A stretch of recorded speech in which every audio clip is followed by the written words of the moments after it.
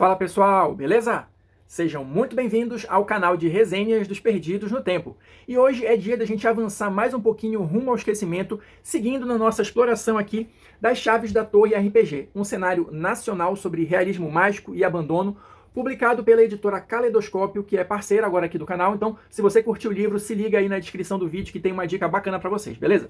Então, olha só, a gente está aqui falando, explorando capítulo a capítulo Chaves da Torre, tentando passar para vocês, selecionar, né, os pontos mais importantes para dar aquela ideia geral de qual é a pegada do jogo. Mas quem está chegando agora, não tem problema, não entre em pânico, tem a nossa playlist aqui exclusiva com todo o material que a gente já produziu sobre o jogo e ainda vai produzir, mas se liga aí, aviso aos navegantes, já estamos nos aproximando da reta final do Chaves da Torre, mais um livro que a gente vai zerar aqui no canal. Então, se você não quer perder mais nenhum capítulo, já se inscreve logo aí no canal e ativa o sininho.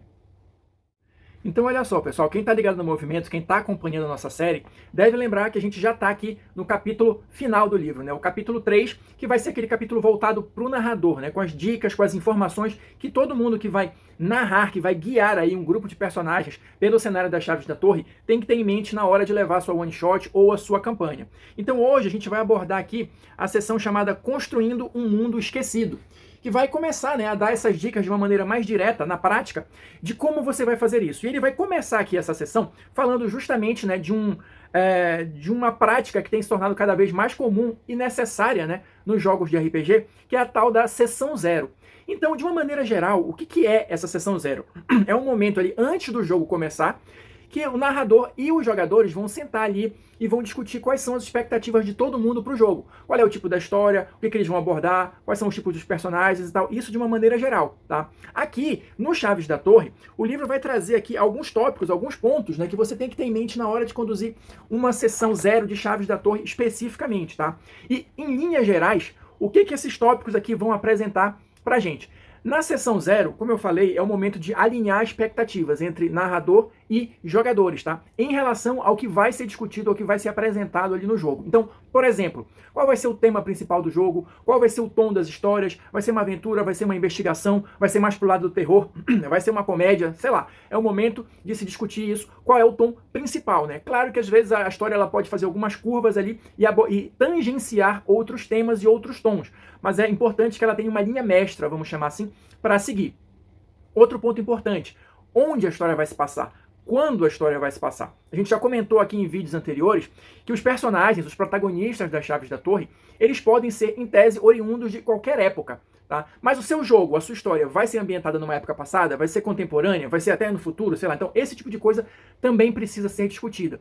E claro, importante, quem são os personagens? Quem são esses protagonistas que vão vivenciar essa história, né? Quem são, quais são os anseios deles, quais são os temores, né? A gente falou aqui ao longo dos vídeos sobre a construção de personagens nas Chaves da Torre, e é um daqueles tipos de jogos cuja construção de personagem, ela é, entre aspas aqui, complexa, no sentido de você, de fato, ter que investir um tempinho ali para criar um personagem que tenha algumas camadas, porque isso vai ser importante e vai ser melhor para o desenvolvimento do jogo. Então, aqui, na sessão zero, é hora de você, de repente, dar as primeiras pinceladas e pensar a respeito disso, né? Quem são os protagonistas? Quais vão ser os personagens ali que vão experienciar esse mundo? E, claro, numa parte mais prática também é o momento, talvez, de você fazer as fichas dos personagens, né? Distribuir lá as características, ou pelo menos começar esse processo enquanto você vai amadurecendo aí a ideia, né, de que tipo de personagem você quer representar. Então esse é o momento certo também. E assim, uma coisa que é importante no Chaves da Torre, relacionar os personagens com o cenário. Ou seja, as histórias, os prelúdios dos personagens, né, o passado desses personagens, ele está relacionado, ele está ligado de alguma forma com a trama da história, né, com o cenário em si. Isso pode ser importante, não que todos os personagens tenham que estar intimamente ligados ali com tudo o que acontece. É uma possibilidade? Sim, mas não é mandatório que seja dessa forma. Mas, de qualquer maneira, é legal, é interessante que pelo menos algumas ligações, ainda que tênues, existam entre os protagonistas e a trama principal da história, ou entre o cenário em si, porque isso ajuda na hora da imersão e no desenvolvimento ali da história, de fazer o jogo andar. E o último tópico que o livro coloca aqui é a questão das regras. de repente, apresentar ou dar uma repassada nas principais regras do jogo. Claro, você não vai transformar isso aqui numa aula sobre o sistema, mas o ponto principal de como é que funcionam as mecânicas, vai ter alguma regra da casa, vai ter alguma regra divergente que vocês vão usar, já tem isso na cabeça? A sessão 0 também é um momento de discutir isso com os seus jogadores. Ou seja, tentando aqui fazer o resumo do resumo, a sessão 0 é onde vocês vão traçar o plano, né, traçar a linha de ação que vai se transformar na história que vocês vão jogar. Seguindo adiante, o livro vai trazer aqui, olha, o cenário, a aventura e a cena. Então, peraí. Daqui para frente, até o final dessa sessão, ele vai traçar alguns comentários sobre cada um desses itens. Então a gente vai seguir essa mesma sequência e começar a falar um pouquinho sobre o cenário. Quais são as dicas que o livro traz aqui para a construção do cenário ali do seu jogo das Chaves da Torre? Bom, primeiro, ele vai trazer aqui 3 pontos principais, que eu vou citar para vocês e comentar um pouquinho. Ou seja, o primeiro deles é: transforme o real em algo maravilhoso. Essa é a essência do realismo mágico. A gente vai falar um pouquinho mais sobre realismo mágico ainda nesse vídeo. Mas a ideia aqui é que você consiga transformar o cotidiano, as coisas simples, em algo que seja maravilhoso, em algo que seja diferenciado do normal. Não necessariamente seja uma coisa espalhafatosa ou amplamente fantástica, mas algum detalhe, alguma coisinha ali você deve inserir, porque isso faz parte, né, do contexto do jogo. E falando em contexto, a gente vai para o segundo ponto que ele aborda aqui, que ele chama de apague memórias e preencha as lacunas. É importante, quando você está ali num jogo de Chaves da Torre, que você consiga transmitir para os seus jogadores justamente esse contexto. Quais são as diferenças, por exemplo, entre o mundo real, né, e o chamado mundo daqui, que é a dimensão, como eu chamei aqui ao longo dos vídeos, né? Nem sei se esse é o termo mais apropriado, mas vamos lá, só para entender, onde os esquecidos habitam. Então, essa diferença, esse contexto, né, é importante que ele esteja sempre presente e perceptível para os jogadores, porque isso vai fazer parte ali da maneira como você cria o clima de abandono, de esquecimento, é justamente através desse contexto. Porque se esses dois mundos forem muito parecidos, ou se eles não conseguirem perceber uma diferença grande entre eles, talvez eles não sintam essa questão do esquecimento e do abandono, que também está na essência do Chaves da Torre. Então, dar esse contexto, conseguir diferenciar essas coisas é importante para a questão de imersão no cenário e na proposta do jogo, né? E para fechar, ele fala aqui também de opressão e pressão. Esse trechinho eu vou ler para vocês, olha só. Mantenha sempre iminente a presença das cabalas da torre, dos pesadelos e de outros antagonistas. Eles se organizam em conspirações, devoram a população da metrópole. Como eles mantêm em xeque os esquecidos? Torne-os uma ameaça real cotidiana. Ou seja, se a gente falou aqui ao longo dos vídeos todos que esse mundo ele vive à sombra da torre, que a torre de repente controla tudo ali, que ninguém sabe ao certo quais são os objetivos da torre, nem quais são as ações dela, é meio aquele clima de conspiração e tudo mais, isso tem que estar sempre presente na mente dos jogadores, dos protagonistas. Eles têm que sentir esse clima de opressão e pressão. Falando agora mais um pouquinho sobre o realismo mágico, né, que é o grande carro-chefe do jogo, a gente tem aqui mais algumas explicações sobre o que seria isso, né? Então eu vou ler um trechinho aqui do livro para vocês. Olha só o que ele coloca aqui. Eu acho importante pontuar essa diferença aqui. A diferença primordial entre a fantasia urbana e o realismo mágico é que a primeira, a fantasia urbana, normalmente apresenta um foco em personagens com habilidades sobrenaturais, enquanto o realismo mágico se concentra em pessoas comuns. Nele, a fantasia e a realidade operam lado a lado, com os elementos mágicos se misturando ao mundo real como se fossem um e o mesmo. É isso, é aquela coisa do cotidiano ali que parece fantástica, que parece mágica de alguma forma. E no cenário do jogo é, de fato, fantástica e mágica. O fantástico é mais sobre o mundo em que as histórias se passam, enquanto o realismo mágico é usado para explorar temas da vida e da morte. E na sequência ele coloca aqui as regras, né? Regras entre aspas aqui, né, do realismo mágico. Então eu vou ler aqui só para a gente fechar os tópicos dessas regras do realismo mágico, para ajudar vocês a já irem tendo uma ideia assim a respeito de como inserir isso nos jogos. Olha só. O mágico e o fantástico são parte do mundo em que vivem os protagonistas. Por isso são vistos dentro da normalidade. Primeira regra. Segunda, a fantasia é inexplicável, mas também um elemento intuitivo. Você não precisa descer nas minúcias de como é que funciona ali as regras da magia e tal, mas todo mundo tem um certo conhecimento intuitivo a respeito disso. Terceira, o psicodélico é sensorial, relacionando-se à percepção do real. Quarta, Acontecimentos fantásticos são improváveis de acontecer, mas são reais. 5. A percepção de tempo nas memórias e nas lacunas é cíclica e não linear. Chegamos a comentar isso aqui ao longo dos vídeos. 6ª regra, entre os esquecidos, o passado e o presente se confundem. E a última regra que ele apresenta aqui, o cotidiano é uma experiência diária com o maravilhoso. O comum é o fantástico. Avançando aqui no livro, ele vai falar agora um pouquinho sobre como você pode escrever uma aventura. Olha, vem trazer aqui algumas dicas de como você vai escrever uma aventura. Então, aqui ele também divide em tópicos, eu vou só citar alguns aqui. Coisas, né, que tornam uma aventura interessante. Alguma coisa tem que estar em risco, né? As motivações dos personagens têm que estar em jogo ali, né? Um grande desafio, um antagonista singular que cria problemas, né? Aquele famoso vilão que todo mundo ama odiar, esse tipo de coisa, né? Deixar espaço sempre para os jogadores criarem a história. Você não vai chegar com aquele roteiro ali 100% pronto, acabado, finalizado e coreografado. Tem que haver um espaço ali para a história tomar as curvas necessárias de acordo com as ações dos personagens. E, no final das contas, as coisas precisam fazer sentido.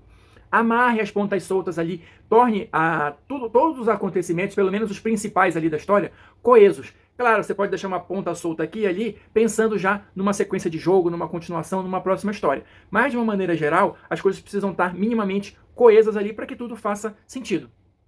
Ainda falando sobre a questão das aventuras, como escrever, pensar ou conduzir uma aventura, o livro vai trazer aqui ainda outras dicas, né? Ele vai falar, por exemplo, de corrida contra o tempo, aquela questão da história ter um tempo limite ali para os jogadores chegarem a um determinado ponto, esse tipo de coisa, que se encaixa ali com aquela questão da pressão que eu falei, né, ainda há pouco. Essa pressão pode ser traduzida através de um tempo limite para realizar tal coisa, né? Tem aqui oportunidade para usar prelúdios, interlúdios e prólogos. Você pode fazer isso antes de começar a história, você pode enxertar isso ao longo do caminho para esclarecer ou apresentar para os jogadores, né, coisas do passado. Enfim, ele vai discutir um pouquinho sobre essas técnicas aqui.